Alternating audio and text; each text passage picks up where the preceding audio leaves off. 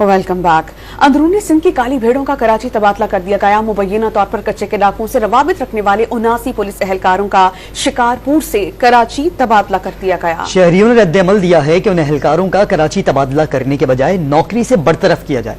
उन्होंने शहर में जराइम में इजाफे का खदशा भी जाहिर किया है।